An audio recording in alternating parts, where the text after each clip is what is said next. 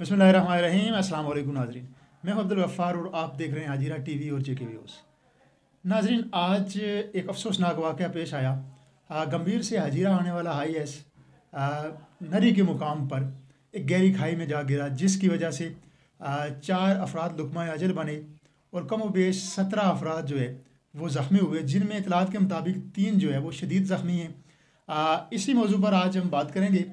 अफसोसनाक वाक़या है। तमाम लाहिकीन और ख़ानदान से हम अपने इस प्लेटफार्म से इज़हार ताज़ियत करते हैं और ज़ख्मियों के लिए दुआ गो हैं कि वो जल्द सेहतियाब हों। हादसे की क्या वजूहत थी, THQ तहसील हेडकोार्टर हस्पताल हाजीरा, उसकी क्या सूरत हाल थी जब ज़ख्मियों को यहाँ पर लाया गया, इन्हीं मौजूआत पर आज हम बात करेंगे। इन मौजूआत पर बात करने के लिए स्टूडियो में मेरे साथ तशरीफ़ रखते हैं मोहतरम लतीफ़ अवान साहब, सीनियर सहाफ़ी हैं। लतीफ़ साहब, वंस अगेन आपका बहुत शुक्रिया, आप स्टूडियो में तशरीफ़ लाए। बहुत शुक्रिया जी गफ़ार साहब। सर, हम देखते हैं कि इस हाजीरा की गिरदो नवा में ये कोई पहला वाक़या नहीं है। इससे पहले भी इस तरह के छोटे बड़े वाक़यात होते रहे हैं। कभी ट्रक और मोटरसाइकिल की टक्कर होती है या कभी इस तरह का और कोई ट्रैफिक हादसा होता है। तो क्या समझते हैं कि आज के वाक़े को अगर हम पॉइंट आउट करें कि आज के वाक़े में अब तक की इतलात के मुताबिक क्या वजूहत हो सकती हैं इस हादसे की? बिस्मिल्लाहिर्रहमानिर्रहीम। बहुत शुक्रिया गफ़ार साहब। आज आपने एक अहम इशू की तरफ एक हमारी तवज्जो दिलाई और यकीनन इस तरह के जो हादसे होते हैं ये किसी साने से कम नहीं होते। और आज का ये जो वाक़या है जहाँ पे हमारा हजीरा और बिलखसूस ये जो गमीर का इलाका है, खड़ांज गमीर, वहाँ की फ़ज़ा सोगवार है। वहीं पे ये जो हजीरा और इसको गिरदोनवा के जो इलाके हैं, ये सारे के सारे ही आज के इस वाक़े से जहाँ पे गमज़दा भी हैं, वहाँ सोगवार ख़ानदानों के साथ हम सभी जो हैं वो इज़हार तज़ियत करते हैं। वाक़यात हो जाते हैं, हादसे हो जाते हैं, फिर वो कुछ दिनों के बाद ये हादसे जो हैं वो मंज़र से गायब भी हो जाते हैं, हम लोग भूल जाते हैं। लेकिन आज तक हम इनकी तहकीकात करने में नाकाम रहे कि हादसा पेश क्यों आया, इसकी वजूहात क्या थी। आया ये ड्राइविंग की लापरवाही की बायस पेश आया, यानी वो ड्राइवर की कोई लापरवाही थी, या तेज़ रफ्तारी के बायस पेश आया, या गाड़ी के अंदर टेक्निकल फॉल्ट था कि उस टेक्निकल फॉल्ट के बायस हादसा पेश आ गया और उससे कीमती जानें वो चली गई।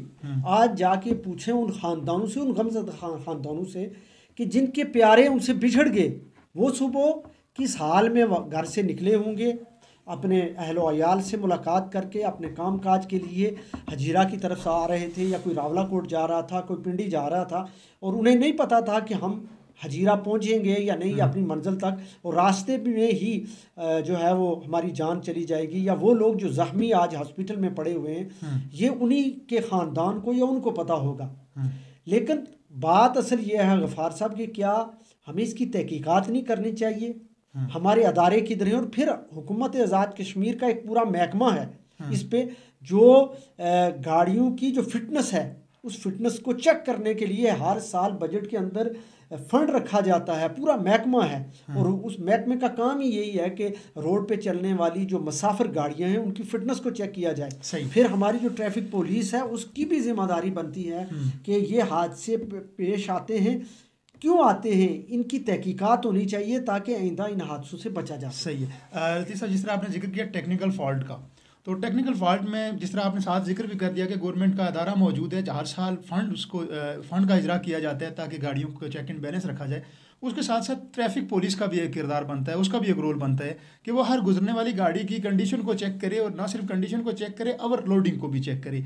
आपका IS होता है, सुबह के टाइम जो आ रहे होते हैं उसमें जितने मुसाफिर गाड़ी के अंदर होते हैं उससे ज़्यादा छतों पर और सीढ़ियों पर लटक रहे होते हैं, तो ये भी हादसात की वजूहत हो सकती है। फार साहब, ओवरलोडिंग की आपने बात की, तो ये आपके सामने जो लिस्ट पड़ी हुई है इसमें 17 लोग ज़ख्मी हैं, 4 जो है उनकी डेथ हो चुकी है ड्राइवर समेत। आप कैलकुलेट कर लें कि क्या ये गाड़ी में बैठने की गुंजाइश कितनी है। 16 से 18 लोग बैठ सकते हैं बआसानी। अब वहाँ जब 16 से 18 बैठ सकते हैं तो ये तो तकरीबन 20 से 22 लोग बनते हैं। इसका मतलब यह है कि ओवरलोडेड तो हुई होगी ना, कोई सीढ़ियों पे या कोई छत पे हुआ होगा ना, तब ही अब हादसा पेश आ गया। लेकिन चेक करने वाले ने ये नहीं चेक किया कि आया ये ओवरलोडेड गाड़ी जा रही है, क्या ये फिजिकली टेक्निकली फिट भी है या नहीं। अब हम देखेंगे दो चार दिन जो इंतजामिया की फुर्तियाँ होंगी वो देखने को मिलेंगी। चंद एक जगहों पर नाके भी लगेंगे, ओवरलोड गाड़ियों को रोका भी जाएगा, उनकी फिटनेस भी चेक होगी, लेकिन वो 2-4 दिनों के बाद इस सारे मामले पर मट्टी पड़ जाएगी। उसके साथ लतीफ़ साहब, जब ज़ख्मियों को अस्पताल लाया गया THQ में, तो आपने भी सारा वो मामला देखा। क्या समझते हैं कि कहाँ कहाँ कमियां मौजूद हैं, कहाँ कहाँ खामियां मौजूद हैं THQ के अंदर? जब कोई बड़ा सान्या पेश आ जाए, खुदा ना करे फिर कोई ऐसा वाक़या हो, तो कहाँ पर आपने महसूस किया कि ये कमियां अब नेक्स्ट नहीं होनी चाहिए? सर देखें, जब हादसा पेश आया तो जो हमारे हॉस्पिटल होते हैं, हॉस्पिटल में इस तरह के हादसात या इस तरह के जो वाक़यात या सानहात होते हैं, उनके लिए हर वक्त तैयार रहना चाहिए। अब वहाँ से जब डेड बॉडीज़ और ज़ख्मी आ रहे थे तो हमारे हॉस्पिटल की इमरजेंसी की सूरत हाल ये थी जो हमने देखी कि यहाँ बहुत बुरा हाल था।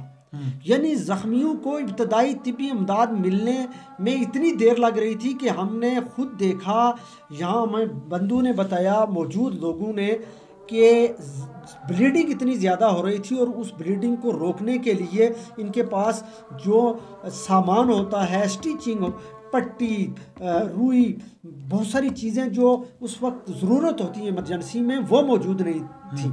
अब ये हुकूमत का फेलियर है, ये महकमा सेहत का फेलियर है कि इस तरह, इसमें मैं आपको बताऊं कि टोटल 20 से 30 हज़ार रुपये खर्चा है। एक रूम आप अगर मुख्तस कर सकते हैं हॉस्पिटल के अंदर, उस रूम के अंदर अगर आप स्टिचिंग का सामान, वहाँ जितने भी जो ब्लड रोकने वाली मेडिसन है वो, उसके साथ साथ जो इमरजेंसी के अंदर एक ज़ख्मी को इब्तदाई तिब्बी इमदाद पहुँचाने के लिए जो सामान ज़रूरत होता है वो हम वक्त वहाँ मौजूद होना चाहिए। यहाँ तो था ही कुछ नहीं। मुझे हॉस्पिटल के यहाँ जब हमने देखा और हॉस्पिटल के अमले में से बहुत सारे लोग यहाँ मौजूद थे, वो बेचारे बेबस थे। उन्होंने कहा कि हम बेबस हो चुके थे, हमारे पास सामान ही नहीं था।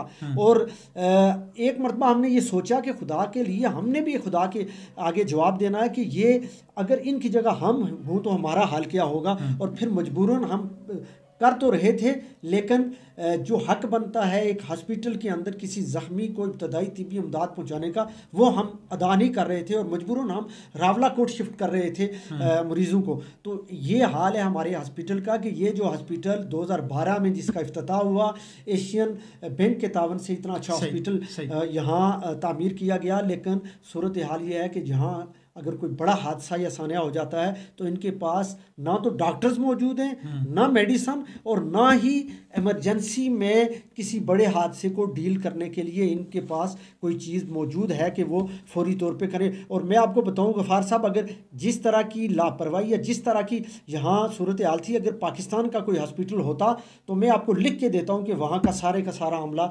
मुअत्तल हो चुका होता, क्योंकि यहाँ दिन को जो सूरत हाल देखी गई वो इंतहाई दर्दनाक और खौफनाक थी। और ज़ख्मी जो थे वो चिल्ला रहे थे, उनके बुरासा चिल्ला रहे थे कि खुदारा हमारी इन ज़ख्मी, एक छोटा बच्चा हमने देखा उसके कान के साथ इतनी शदीद चोट आई हुई थी सर पे, और वो बेचारा इतना शदीद ज़ख्मी था और उसको उस ब्लीडिंग बंद करने के लिए इनके पास सामान नहीं। बिल्कुल नाज़रीन, बड़े कर्बनाक मनाज़र थे, अंदोनाक मनाज़र थे, हमने देखे, दिन भर कवर भी करते रहे। ज़ख्मियों की तादाद तसलसल के साथ ज़ख्मी लाए जा रहे थे एम्बुलेंसेस, प्राइवेट गाड़ियों पर, और फिर ज़्यादातर हम देख रहे थे कि हॉस्पिटल के अंदर जा रहे हैं, कुछ बुनियादी सी ट्रीटमेंट हो रही है और फ़ौरन उनको रेफ़र किया जा रहा है। शायद कोई बड़ा इलाज हम मुमकिन नहीं है, जो दीप साहब ने ख़ुद भी जिक्र किया कि नाकाफ़ी हैं सहूलियात, बहुत सारी सहूलियात नाकाफ़ी हैं। और अल्लाह ताला नागानी आफात से हर शख्स को महफूज रखे, लेकिन फिर भी अगर इस तरह के वाक़यात रोनमा होते हैं तो उसके लिए हुकूमत और यहाँ हल्के के जो MLA हैं, कम अज़ कम उनको चाहिए